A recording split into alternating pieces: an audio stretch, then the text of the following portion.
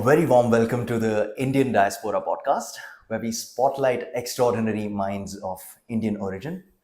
Today we have Rajesh Srivastava with us, who is a corporate and investment banker by profession. He was the founding member of Rabobank in India and also the former managing director of the Rabo Equity Advisors.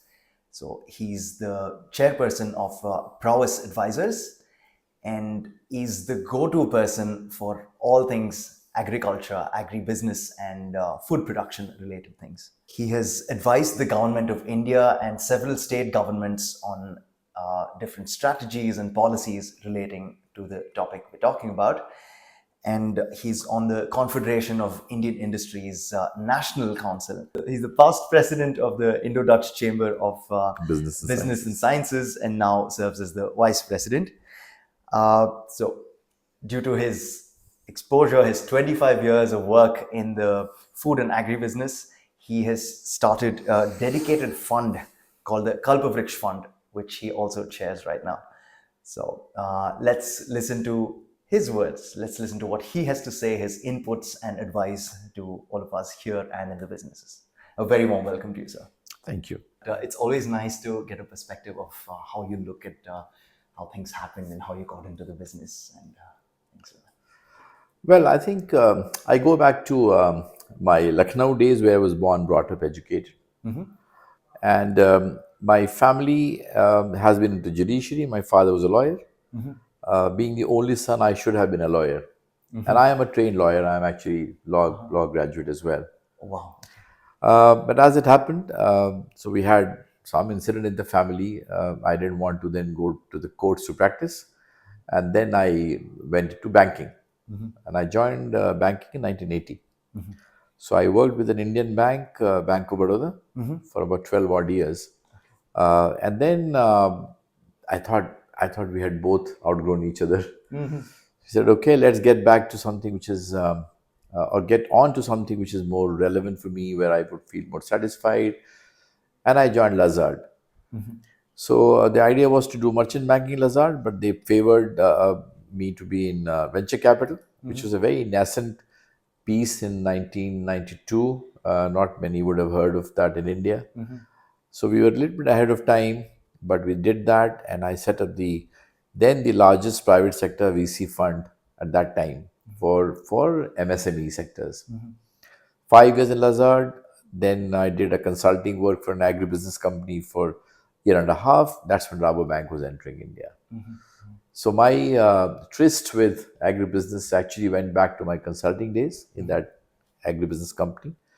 But then Rabo was all about food and agri. And then they hired me, and I set up as one of the founding members in India.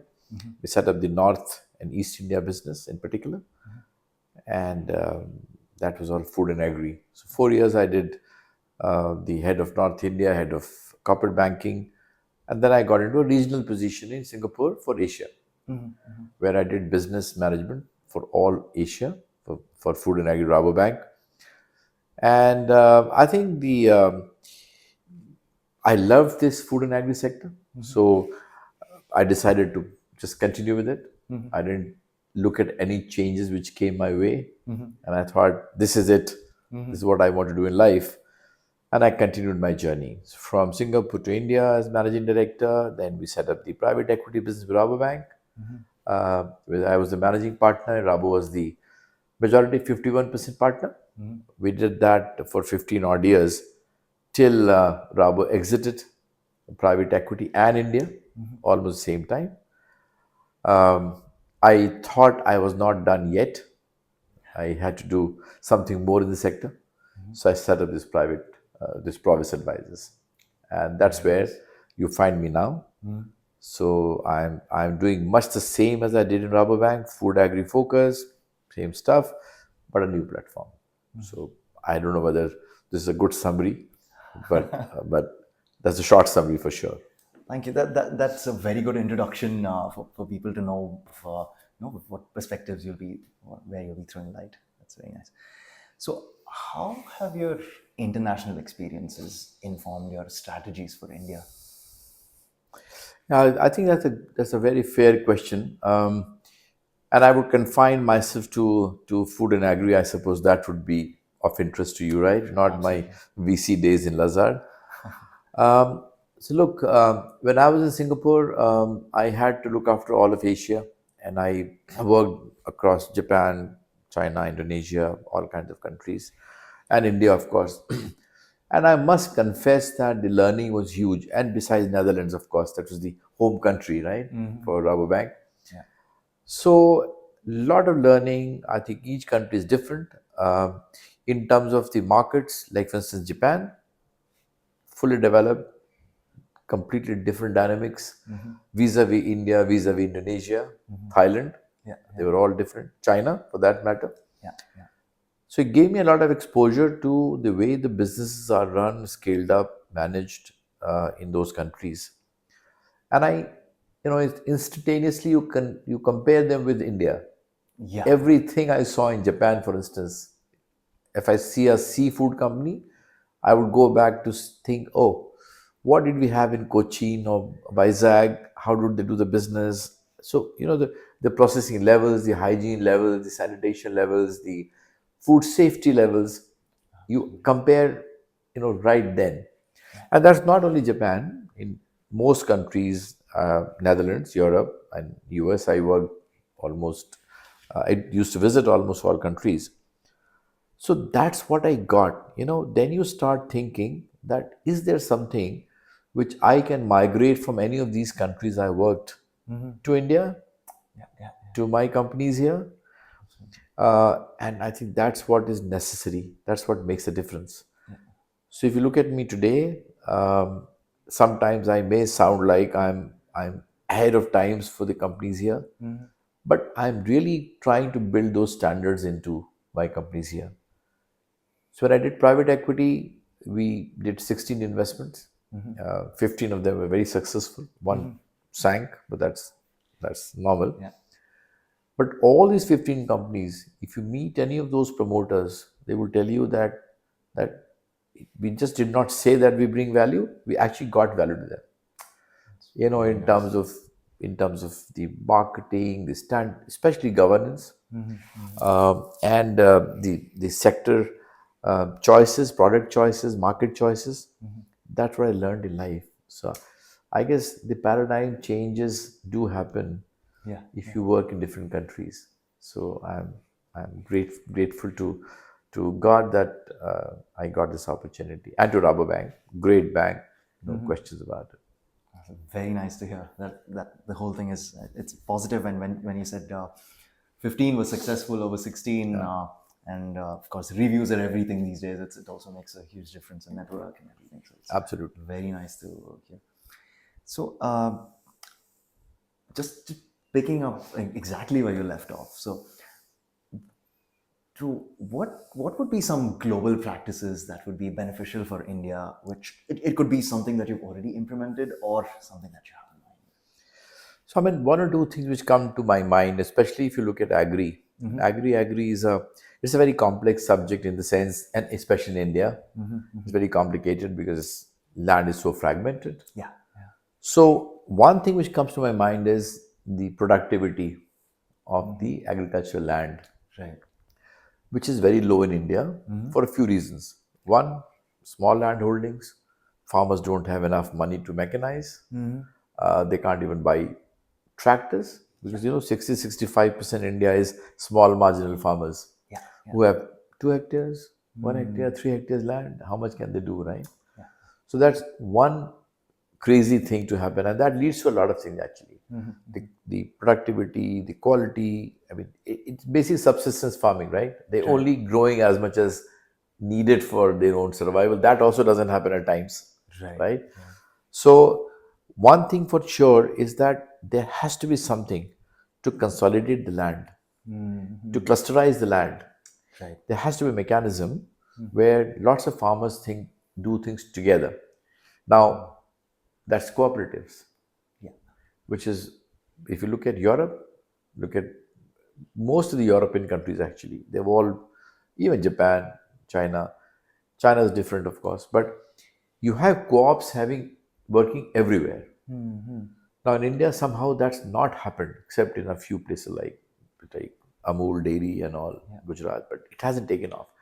So my sense is that, like everywhere else, unless you have larger tracts of land, farmland, lots of things are difficult to achieve. And that's where I keep thinking, why can't we do it? Yeah. That's the question. Is there no political will? Is there some legislative hurdle? Or is there a man-made hurdle? Something is there which is not letting it happen. Yeah. But I can tell you that, and I do that, I say that in every forum where I speak, that the panacea for agriculture is aggregation of land holdings. Okay. So whichever way you do it, I'm not advocating you do A or B or C, but there has to be a mechanism to bring it together. Yeah. Cooperatives, farmer producer organizations, Yeah. you need to bring them together. Yeah. That's important, because without that, many things will not get solved. Yeah. So that's one learning I have. So, you can compare. People compare with US does this, Europe does this, Australia does this. But what are we talking about? Average farmer holding there will be hundreds of hectares, right? Yeah. How does it compare? Yeah. The second thing is, which is often we miss and which we see in most places, is the traceability, safety, hygiene, right? Now, this is something which we still can't practice here because of the problems I told you. And also, not just that, I think on the supply side, on the farming side, I think the policies are such that these things are not really propagated. For instance, example, you must have heard of the public distribution system. Yeah. You have MSPs, right? Yeah. Minimum support price. So if any farmer having even a 500 hectare land holding, if he's producing wheat or rice, and he knows that there is a government offtake mechanism which will buy at market price plus, Yeah. the MSP is always higher, even because the farmers are being placated, pleased, appeased. Yeah. So it's higher. What's the incentive? He'll produce because he knows he's selling. Yeah. His quality consciousness is not there. You know what I mean? Yeah. Yeah. So the fact in India, which I think we should know, there's a demand side, the consumer side. If you miss that side, then you are doing gross injustice to yourself, to nation, to your aspirations. Because at the end of the day, which happens today, tomorrow, next year, 5 years, consumer preferences, choices will dominate. Yes. They will pull the supply chain, as you see everywhere else in developed countries. You can't avoid it. Yeah. But you and I are getting in a different zone, right? Educated, awareness, learnings. Yeah. So the short point is that while you have productivity challenge, you also have the consumption challenge. Yeah. You need to take cognizance of the fact who's eating at the other end what. Yeah. That's what I see in the other countries. That consumer is king. Yeah. That's the epithet which has to come in here also. Okay. And it just doesn't happen that Rabobank or I or some very handful of people who may be aware of this are trying to say. It has to come into everyone, all producers, all processors, government, policymakers, industry, Yeah. to chime in. Yeah. Yes. There's a lot of I think education awareness necessary. Yeah. So Thank you. That was a very clear answer. I think that brought a lot of stuff to think about for someone who's not an expert in the field itself. So it was very interesting. So I want to broaden a little bit on pretty much the same thing. What are the other general challenges facing the agribusiness today? I think the biggest challenge in India is still the weather. Okay. Climate change. That's a bit of an adjunct stuff. But I mean, look, if you have an agriculture sector which is almost 50% dependent on rainfall, rain-fed agriculture, right? Yeah. Which is not in your control. It's even more erratic because of climate change reasons, right? Yeah. So what does the farmer do? So the challenge is irrigation. You have to reach water to the farmland. Simple. Yeah. If the gods don't do it, the man has to do it, right? Somewhere. Clearly. And to be honest, somehow, for some reason, the irrigation, drip irrigation, micro irrigation, all nice words, but hasn't happened so much. I guess somewhere what we're doing is, especially the policymakers, they're not injecting the funds and the intentions at the right link. Okay. Example, you have rivers, Yeah. water. Why is it not reaching the farm? They have made canals, but the last mile is lacking. So canal is there, but then what has to go to the farmland, right? Yeah. What? How does a 2 hectare, 1 hectare farmer bring water from canal to his farmland? Absolutely. I don't know if I'm speaking right, right? Yeah. Yeah. But that's the problem. So that's one big challenge which you have in agriculture. The second is that the because all farmers are producing in their small farms their own produce, the aggregated quality, if it happens, when it happens, where it happens, Yeah. may not be consistent. Yeah. That's one challenge. Yeah. So a processor, Yeah. an exporter, whoever, Yeah. he may get 5 different types of wheat, just as an example, Yeah. right? Coming from 1,000 farmers. What does he do? That's one challenge. Yeah. Importantly, also, small farmers in just an agricultural problem, they suffer, they don't have market access very often. They produce whatever they produce. Yeah. Sometimes difficult for them to find the right market at the right price. Yeah. So then the traders make merry, right? Absolutely. Yeah. So that's what you keep hearing, right? The farmers.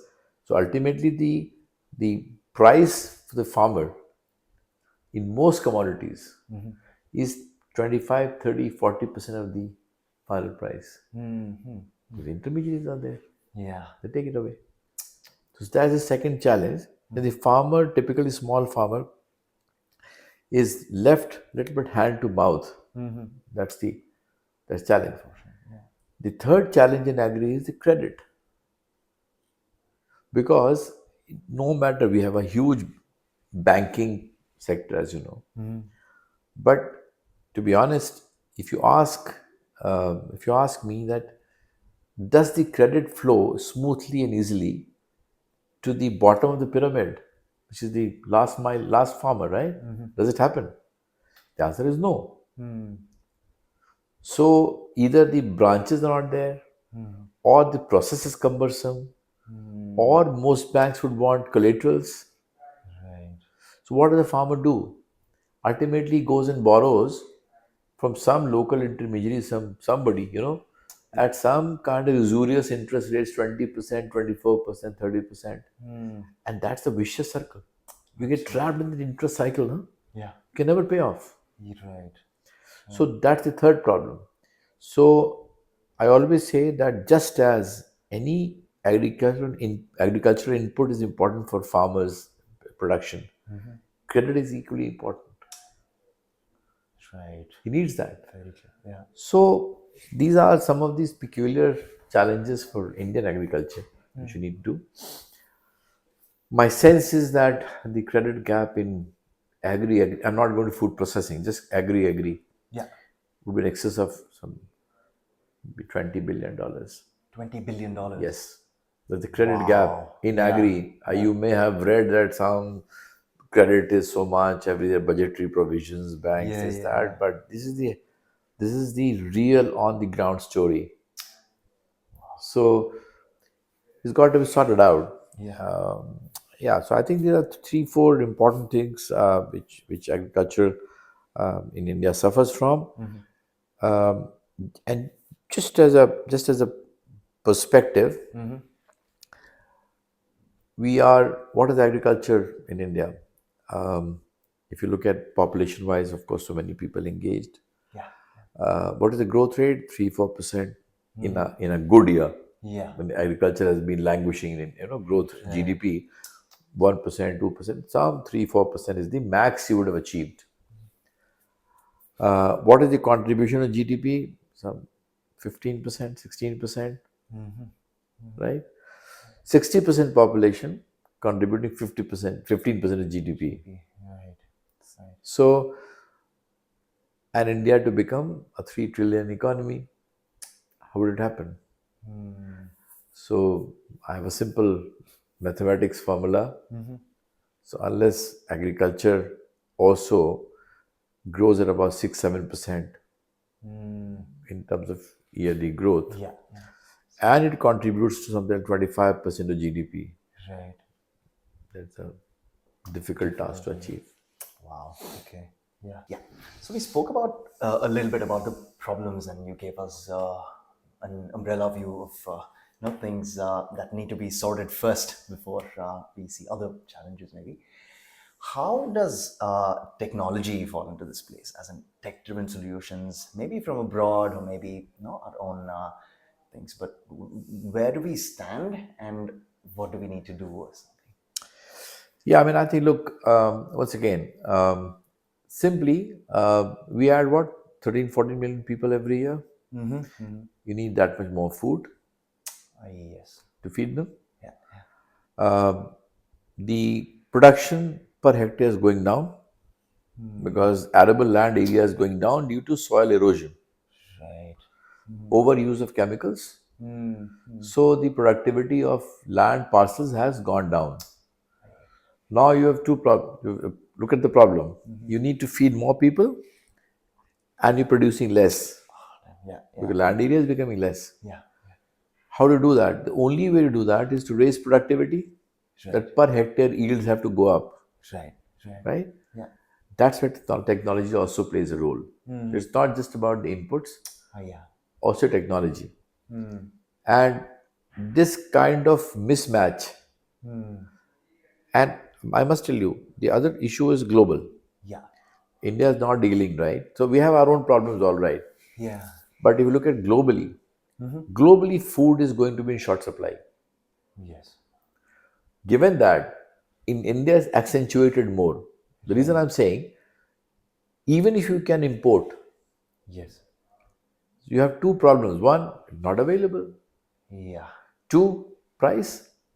Absolutely. Do you have that kind of, I mean, you are importing so much, unfortunately, so much of edible oils every year.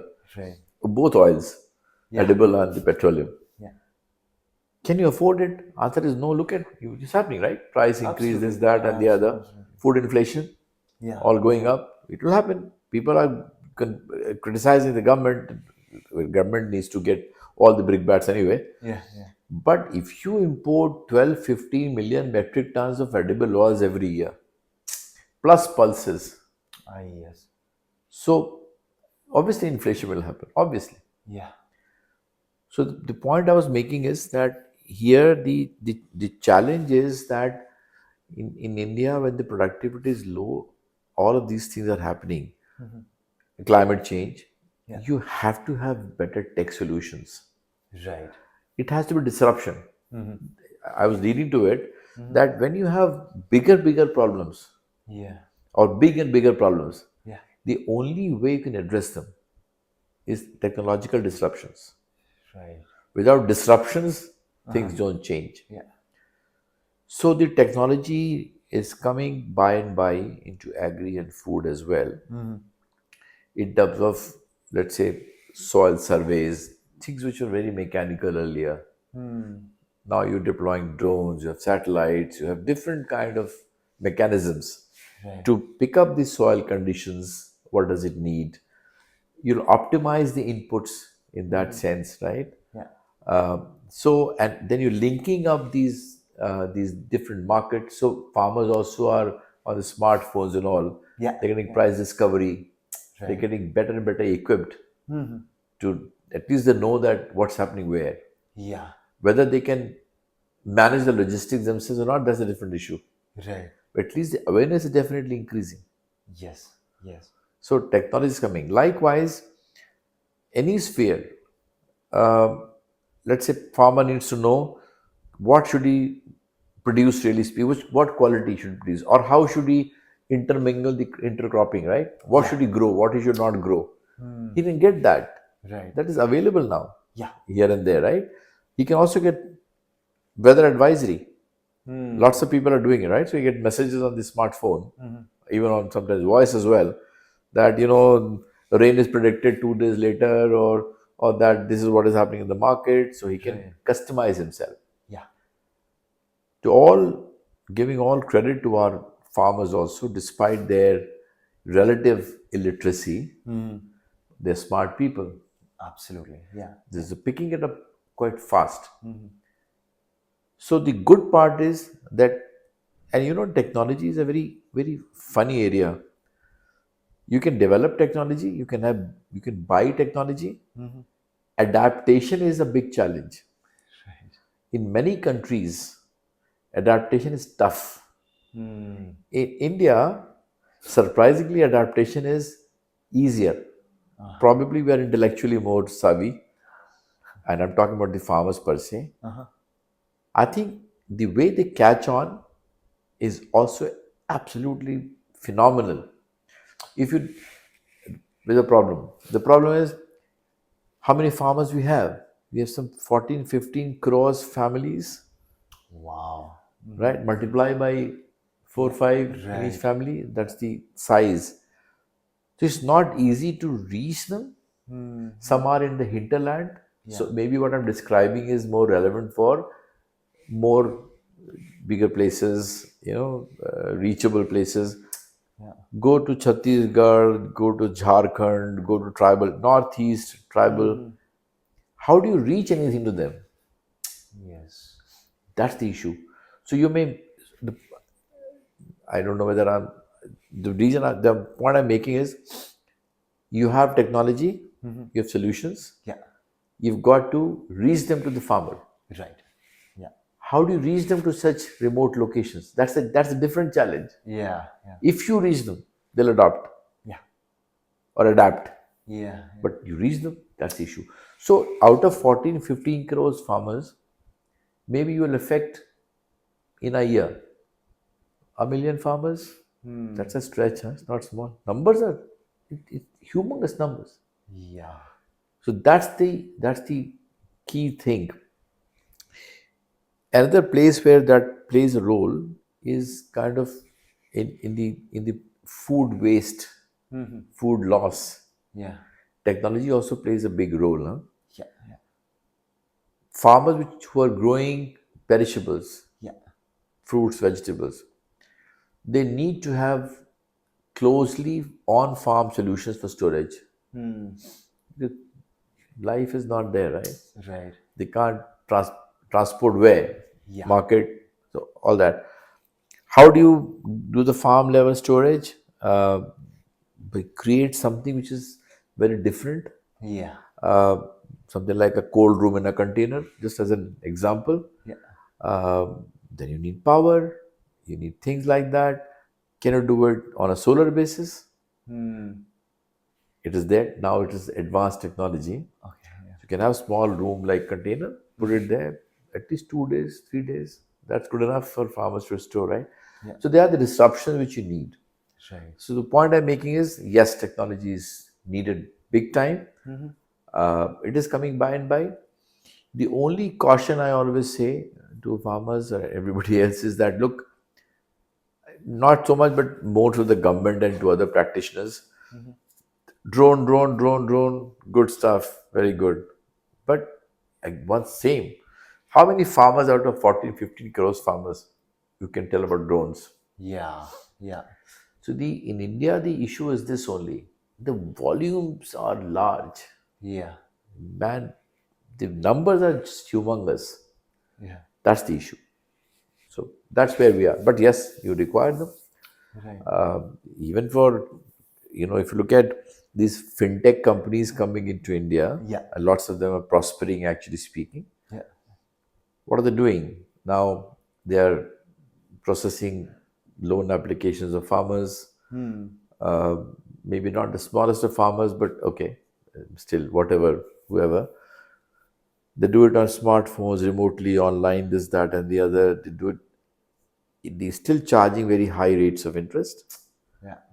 but at least the credit is reaching them Lowest. Yeah. lowest. Yeah. Yeah. So that's digital. Right. Yeah, so it's happening. Likewise, many ways, power, pumps, solar powered pumps. Yeah. It's all happening. Uh, how do we balance this with traditional farming methods? Or there's also a lot of words going around with organic, with all of these things. Plus, natural fertilizers that have been, I don't know, been for time immemorial here and all of that. Is there something? Yeah, I mean, look, I think one is the wish list. You should always have a wish list. You should have a vision. Why not? Yeah. The vision is to have everything organic. When is the issue? Yeah. I think the point about using less of chemicals and all in the soil, that's a point well established. Okay. Yeah. Everyone knows it. The problem is that for the small farmers, it is difficult because what they do, they buy the cheapest. Right. So urea is the cheapest. They'll buy urea, and that's the biggest spoiler of the farmland. Because it corrodes the farmland. That's how this has happened. Arable land going down Okay. because of overuse of urea. All right. Yeah. So, but for farmers, they get 4.5 rupees. Everything else, potash, phosphate, they use available 20 rupees. So the choice is not there, right? They would buy. Right. They should prefer to use nutrients, bio fertilizers, bio insecticides. They should do that. But typically, these products are expensive. Yeah. They don't come that cheap. Absolutely. Yeah. Yeah. So farmer tries to balance it. That what does he do? Unless he's so convinced that eventually I am better off, my product sells better, less residues, no problems, my land is saved. Yeah. But that piece to get into his head Yeah. Yeah. is rather difficult.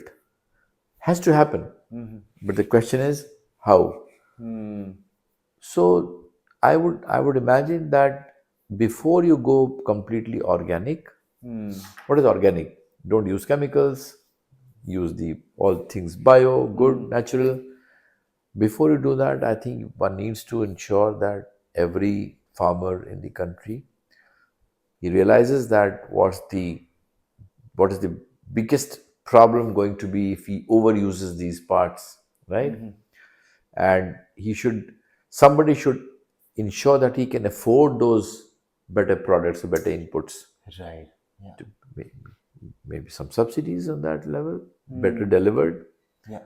So something has to happen to encourage and incentivize him Yeah.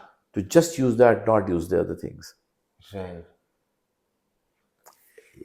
Other things come into play. I want to discuss it, but I think you and I know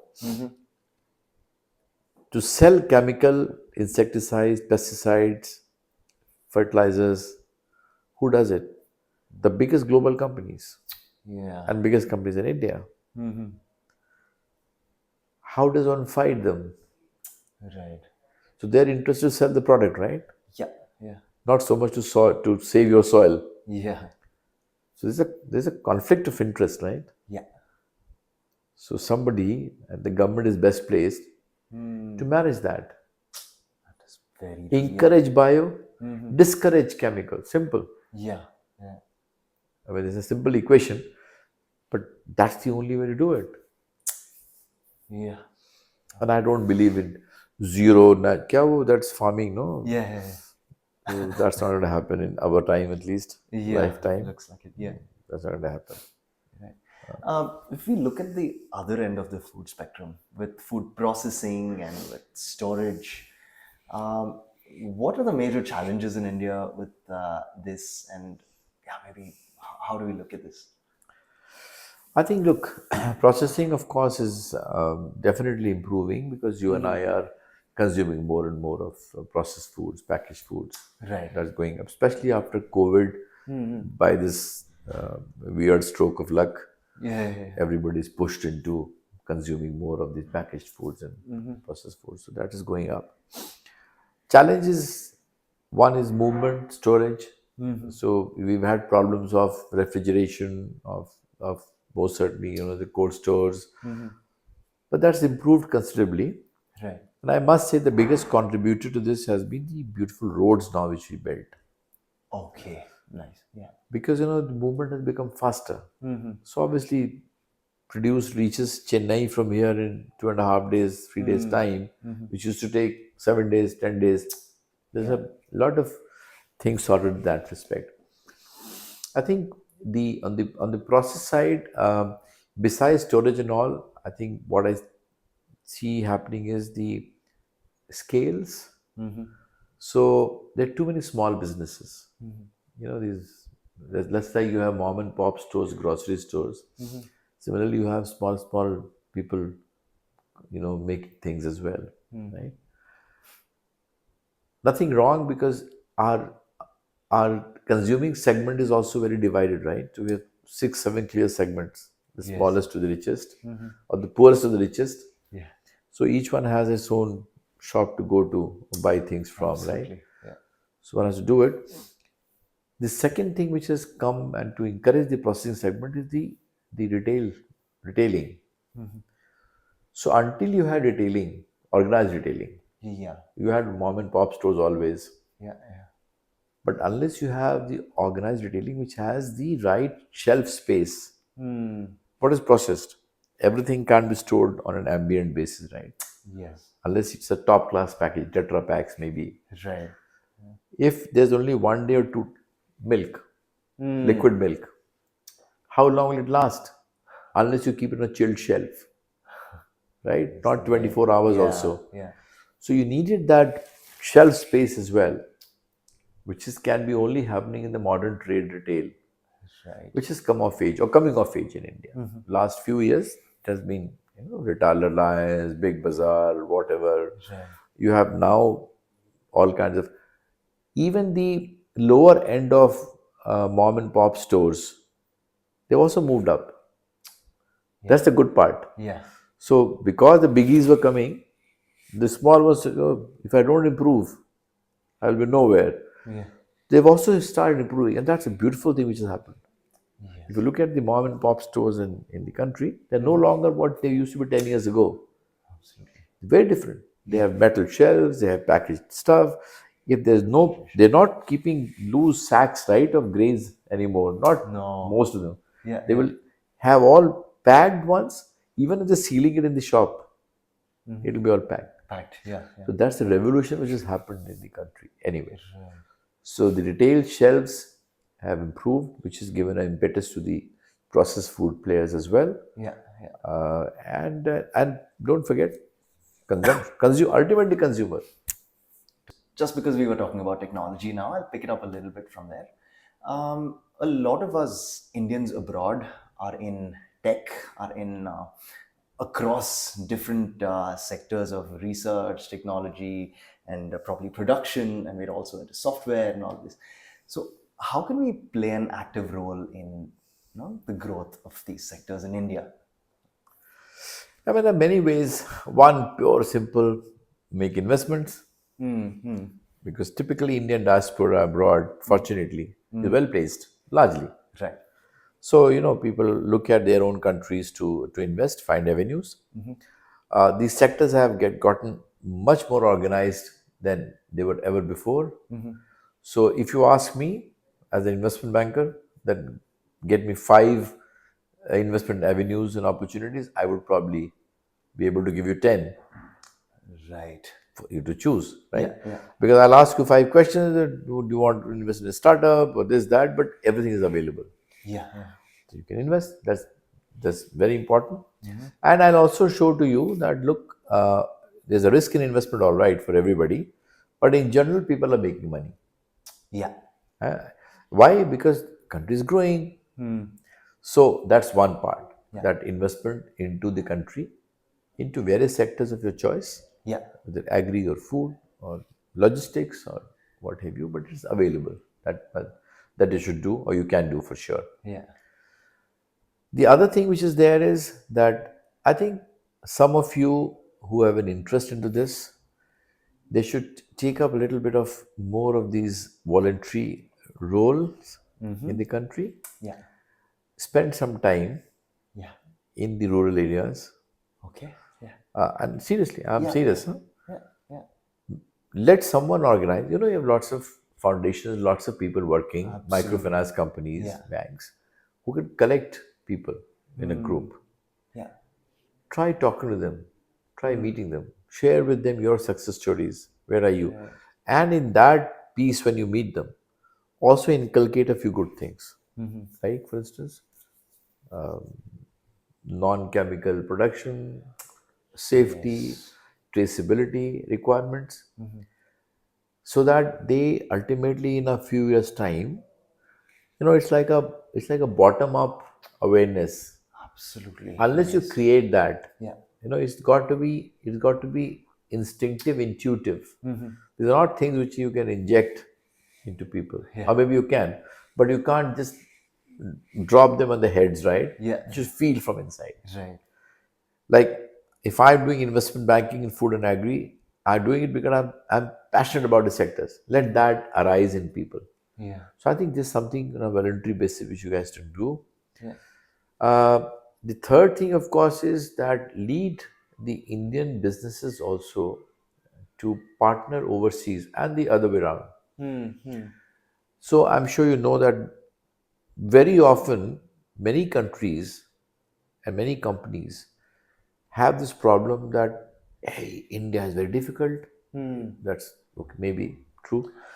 Very complex, very difficult. Uh, if you go there, lots of people cheat you. We Things go wrong, things go Yeah. bad, Yeah. which is not true. Dispel that, kind of Impression. apprehension, Yeah. Yeah. Yeah. impression. So, and I've done some study on this. So most of the foreign companies which have come into India, and they have kind of failed, or they have this bad impression, is either because they entered, and I'm talking about my sectors, I'm not going beyond, I'm not going to automobiles, Right. either because they try to set it up on their own Mm. and they couldn't, and it's difficult, because admittedly it's difficult, you can't do it, or they have chosen wrong partners. Mm. Mm. Mm. So please educate and counsel companies that side, Right. that you have to go into India, very good country, huge middle class, consumption class, all the ABCDs Right. about the country. At the same time, please ensure that you get the right advice. Right. Should you go alone? Should you select a partner? If so, what kind of partner? And who finds you that partner? That's important.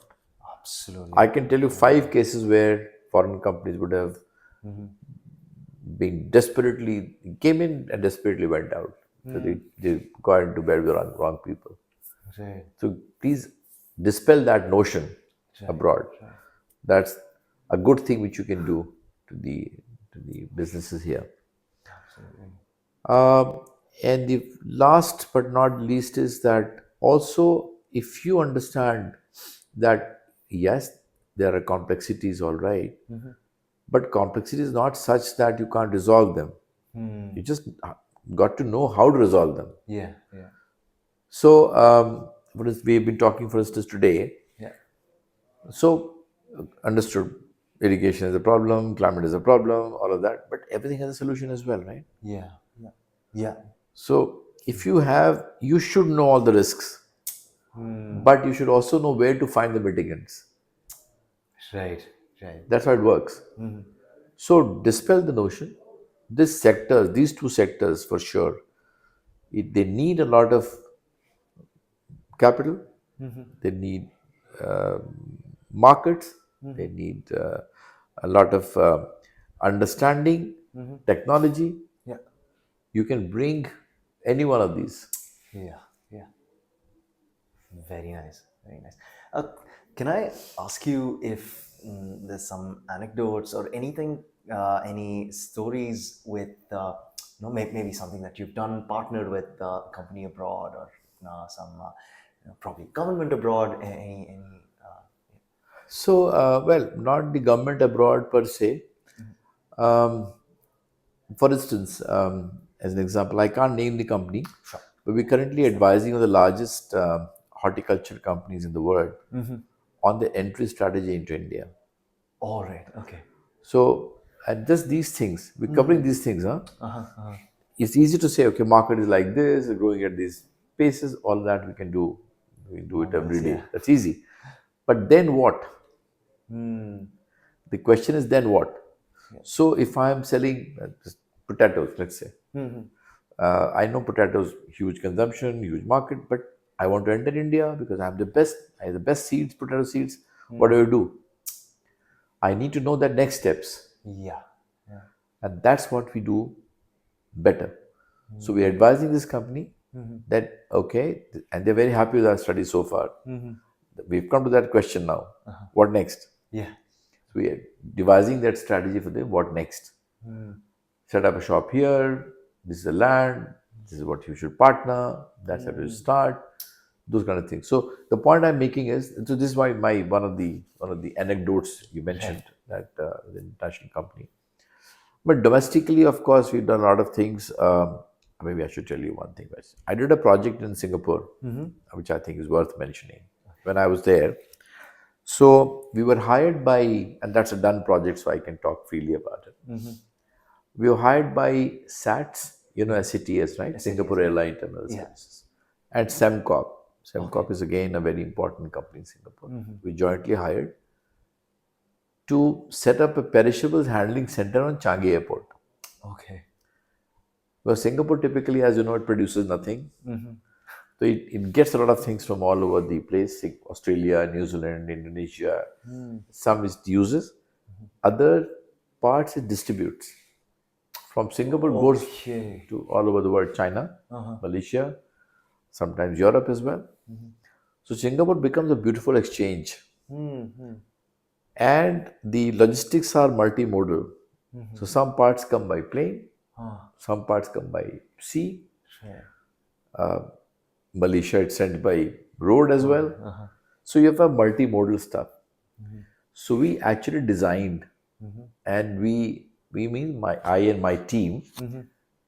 So we set up a perishables handling center at Changi Airport, which is still working. We've expanded the capacity now. Wow. We designed it.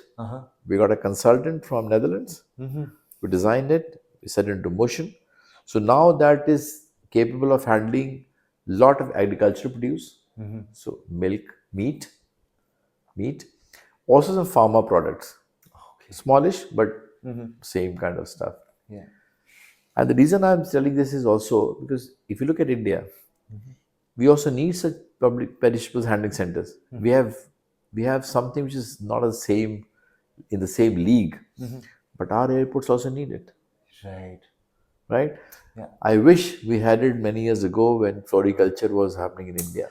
Yeah. Not companies would have busted. There's no infrastructure on airport at that time.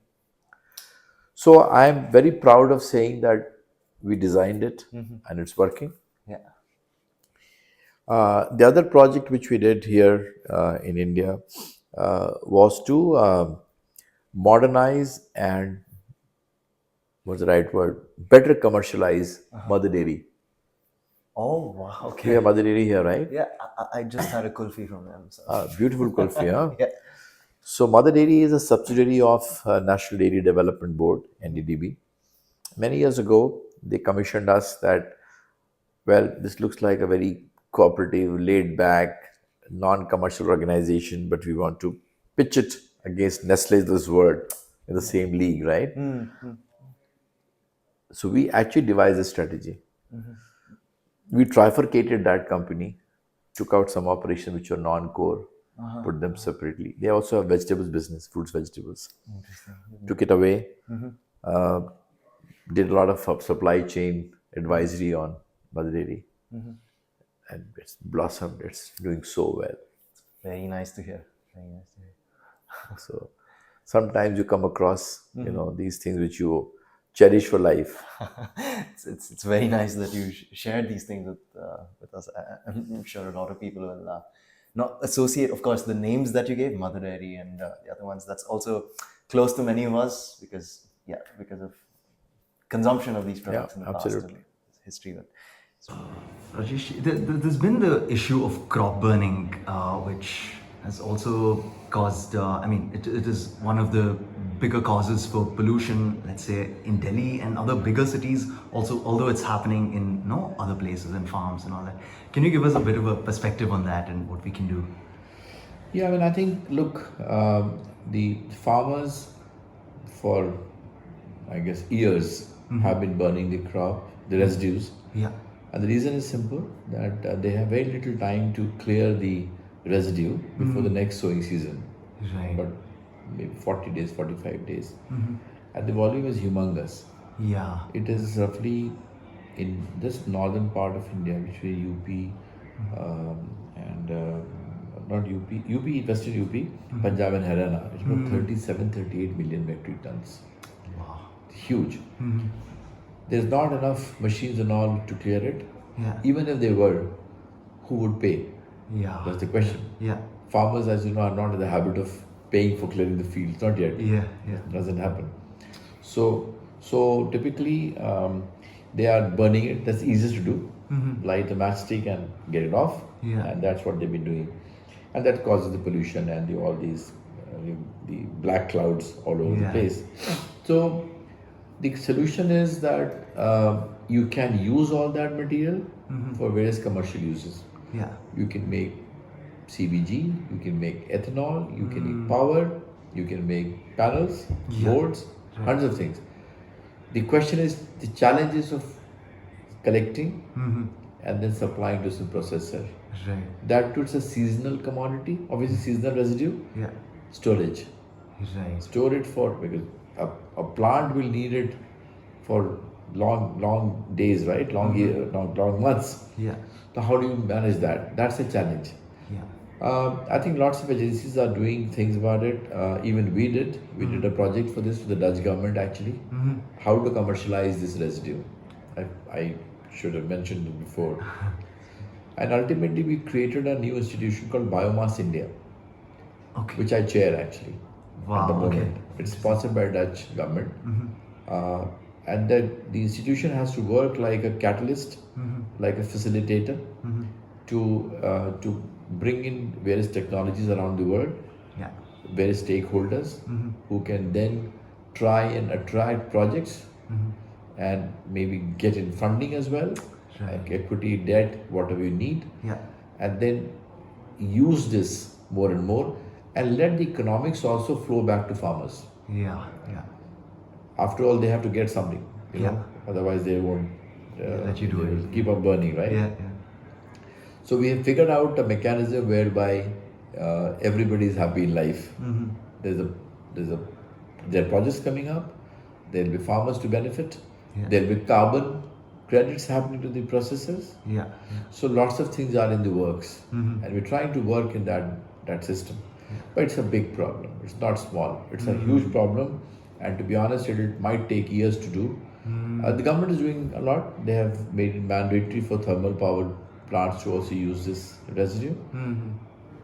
I guess some plants will need some alterations in the machines and all, but that's being worked out. Right. Indian Oil has taken up some projects to use up this residue. We call it paddy straw, which is being burned. Yes, so to put in short, it's a big problem needing big solutions. It's not going to go away in a day. Probably Indians, young Indians, young professionals who want to do something in the agri and food business. What are the things that you see in the near future that they can pick up, or what do you think coming up? These things? I mean, look, we see a lot of young Indians returning to India from all over. Yeah. Very well educated, well heeled people. Setting up shops here. You must have been reading about the Indian startups. Absolutely. Huge startups. Yeah. Some have become unicorns as well. Even in our sector, actually, agri food. I think couple of advices. One, of course, as usual, choose your products and the markets carefully. But that's a grandfatherly advice anybody will give. I guess the problem with youngsters is very often. So I define youngsters as having three attributes They had said that in when we met last time as well. So they're very impulsive, very indulgent, Yeah. and it often impatient. So I think these are the qualities. In some measure, they're good, but in larger measure, they're bad. You got to control yourself. India is not US. If you come back from US or Europe, Yeah. you got to modulate yourself Right. both ways. Both back end and front end is not the same. So when you construct your business plan, then do it very moderately and properly.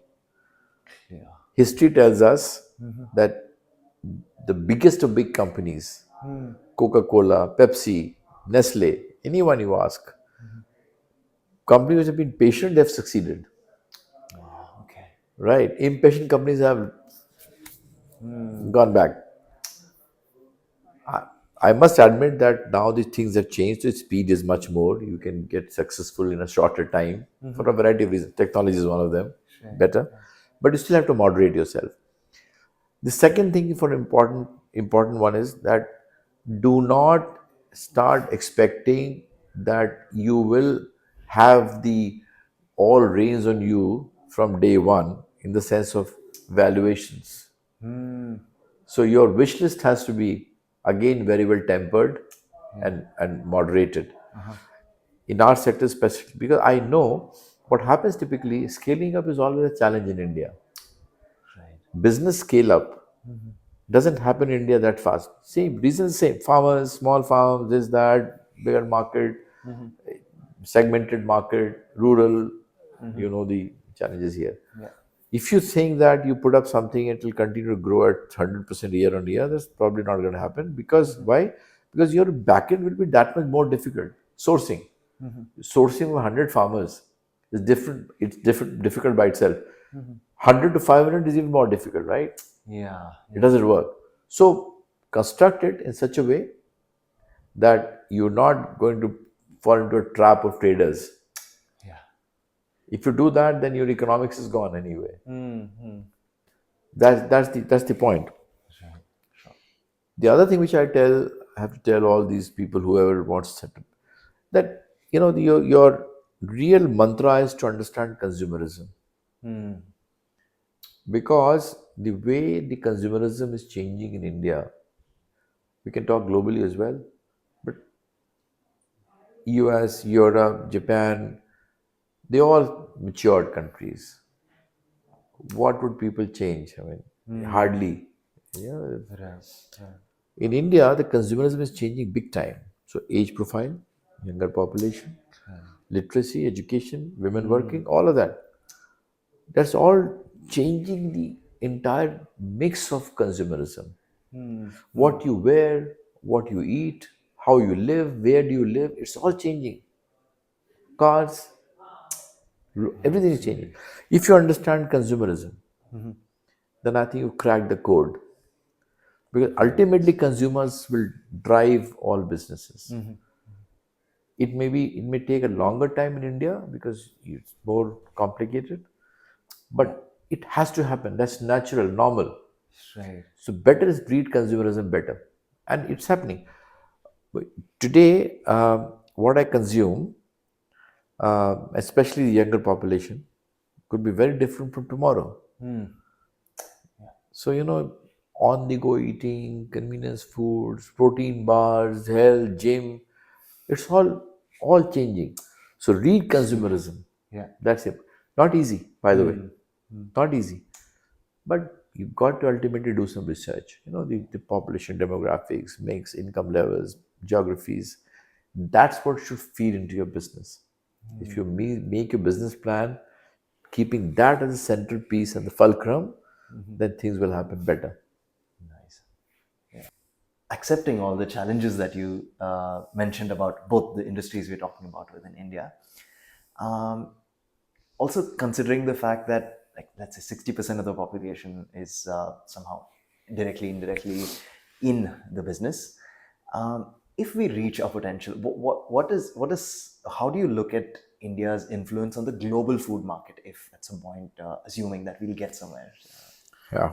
I mean, look, purely in terms of quantity, India still stands out anyway. Largest milk producer, largest vegetable producer, second largest. In many ways, it's the largest, right? Right. If you look at grain stock, you have some 50, 60, 70 million metric tons of wheat and rice. The question is on food, if you look at international trading, it's very, very small. How much do you export? Hardly 2%, 2.5%. Okay. That's the trading volume Okay. from India. Very little. Why is that? Two reasons. One, our quality doesn't measure up for the Western and developed economies anyway. You find residues, you find this, people think there's no safety hygiene standards. Right. So lots of people don't accept it easily. But if they do, so where do you sell? Sell to Africa, which may be lower than you. Yeah. But is that the market you want to cater to? See, the challenge in that is A, you don't get your price, or maybe you get a price for some time that they probably can't afford. But the bigger challenge is it's like overuse of urea in your land because it's cheaper. Right. You get spoiled as well. But that's not a sustainable market. So 1 year you might, next year, there should be something which is compulsive for you to change your patterns and systems, right? Yeah. So quality is a major, major deficiency in India, because of which very often you are unable to export. So again, I keep telling whoever I meet in the government also, our export agriculture commodities, export to this. Before exporting, first of all, check whether you are practicing traceability, whether you're practicing safety standards. Do your products conform to Codex international standards or no? Otherwise, it's pipe dream. What happened, right? Absolutely. Absolutely. So that's the key challenge, that we need to practice or look at, correct our own back office before you go here. Yeah. So exporting, coming to your point, yes, India could be the food basket to the world as people keep claiming, but how and when? Here I have 50, 60 million tons of food grains lying all over the place in India. Yeah. Africa needs grains. There's a World Food Program going, which UN does, supplying grains to many African countries, right? Right. Yeah. Can't it pick up from here? Or can't we sell to some places which are deficient, not Africa, maybe other countries? We can. But that is the problem. We're unable to satisfy the standards very often. Secondly, that's at the policy making level. We start imagining rules, regulations, demands globally, supplies somewhere wrongly ourselves. Maybe our own AI is not right. We are unable to judge that how would the things move. Yeah. So today we are importing fertilizers, even urea. Yeah. Imagine, we were excess at one time. China is excess now, but we are importing. Okay. Why? Because we did not plan it in time properly. So planning becomes deficient. So the point is, food security wise, globally, yes, we can supply a lot of things. Yeah. But our own plate is still not complete. So if you look at your food plate, you may have wheat, you may have rice, don't have pulses, don't have oil. Yeah. Yeah. How do you eat? So that is the issue. It's not still complete set, right? So I think globally, my sense is we will continue to be dependent more on food imports than exports, which we do today. Yeah. Yeah, we need to move away from there. Should be our wish list. Thank you. I like how you've got a lot of, my questions. You've given me action points, as in to me or to the exact the type of audience that I'm addressing the question to. That was really nice, tangible answers. So thank you. Thanks a lot for that. Is there something you wish I had asked, or if let's say the whole of the diaspora is sitting in front of you and you had a chance to say something to them, what would you like to?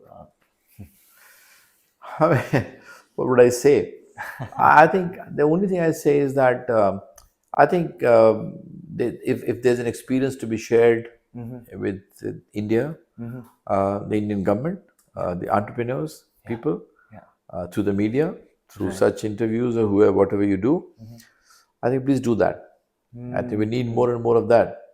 So if you learn something on the way, uh, best to be shared. People living overseas in their diaspora, and as I said before, most of us overseas are doing well. I think bring your success stories here, share your practices here, write notes, write journals, write paper in the newspapers in India, not there. Contribute to articles. I think media is a great stuff, right? Absolutely. Yeah, yeah. And also influences a lot of people of the Ab- major ab- sector. Absolutely, Yeah. absolutely. Very nice point. Convey your successes. Bring something new to people every day. What you can do, right? I think that's the best message I can give. As far as I'm concerned, well, I'm trying. So as you know, Yeah. I sit on some of these national committees and all, and I try to share my own so many years of experience in banking and all of these sectors. But I love this sector. I think there's so much more to do. So Very nice to hear. I like your last point as well, the answer, mostly because I think it's good for them who you addressed to share their experiences and all that. And also, it's inspiring for me because now I take the onus of scouting more people like you to bring them out. And absolutely, absolutely. thank you so much. It was really, really nice talking to you. Thank you very much, and I appreciate and Thank you. thank you for the time.